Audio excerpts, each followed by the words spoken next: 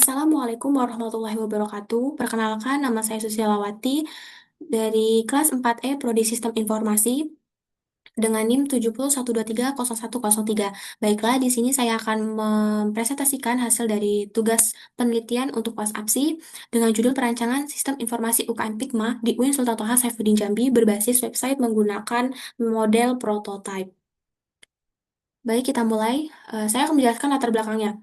Pikma atau Penalaran Ilmiah dan Kreatif Mahasiswa merupakan UKM yang masih terbilang baru di UIN STS Jambi yang memiliki pengembangan yang memiliki fokus pada pengembangan karya ilmiah dan non-ilmiah serta mendukung kreativitas mahasiswa di kampus.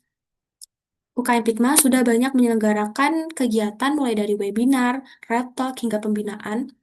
Namun, penyampaian informasi kegiatan seringkali masih dilakukan secara manual atau terbatas di media sosial, sehingga kurang terstruktur dan tidak terdokumentasi dengan baik.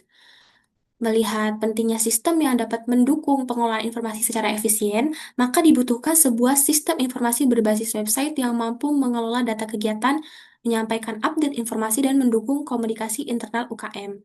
Oleh karena itu, dilakukan perancangan sistem informasi UKM Pikma berbasis website menggunakan model prototype sebagai solusi untuk meningkatkan efektivitas manajemen organisasi serta mendukung digitalisasi kegiatan UKM di lingkungan UIN STS Jambi.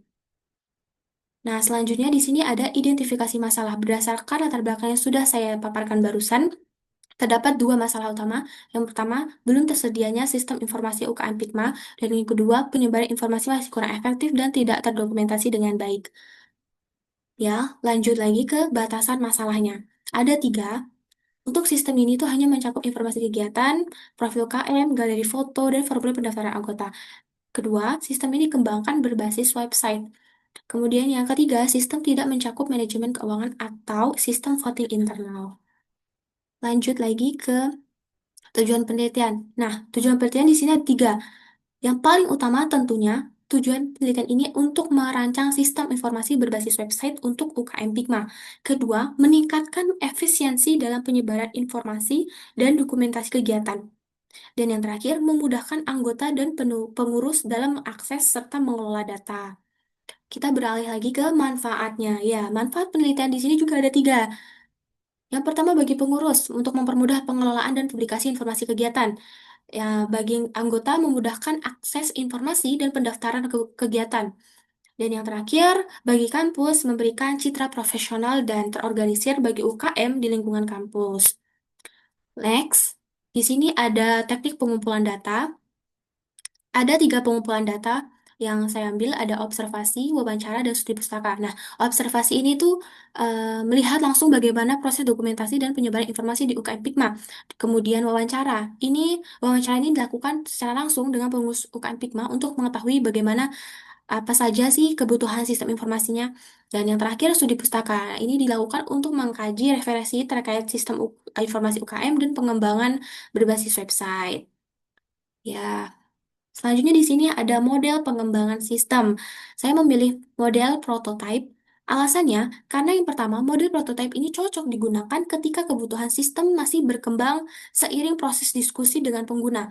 Kedua, pengurus UKM itu dapat memberikan masukan dari setiap rancangan awal sehingga hasil akhir lebih sesuai dengan kebutuhan dan lebih cepat mendapatkan gambaran visual dari sistem yang akan dibuat.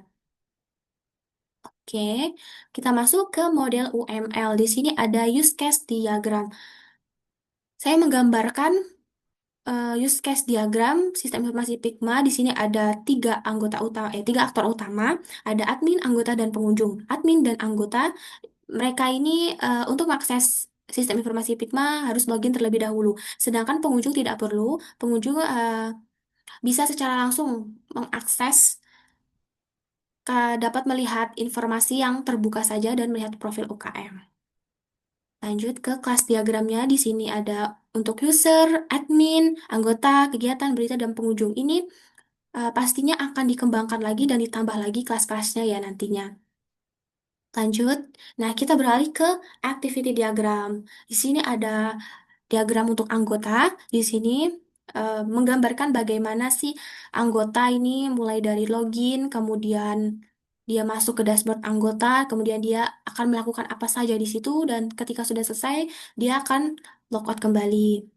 Untuk pengunjung, di sini saya menggambarkan ketika dia akan mendaftar menjadi anggota baru, mulai dari membuka mengakses website UKM Pikmanya, kemudian memilih menu dan mengisi formulir pendaftarannya, submit formulir, menunggu konfirmasi, dan akhirnya sistem mengirim data ke admin untuk diverifikasi.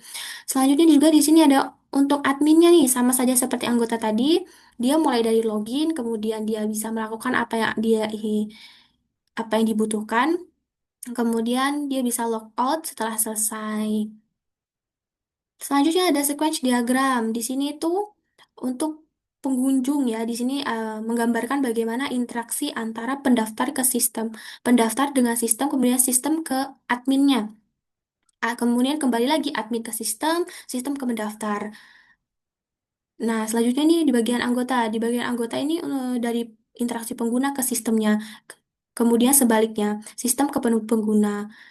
Di sini juga ada bagian admin. Ini interaksi antara admin sistem dan database. Dari admin login ke sistem, kemudian sistem mensimpan atau update, kemudian database-nya mengkonfirmasi kepada sistem menampilkannya kepada admin.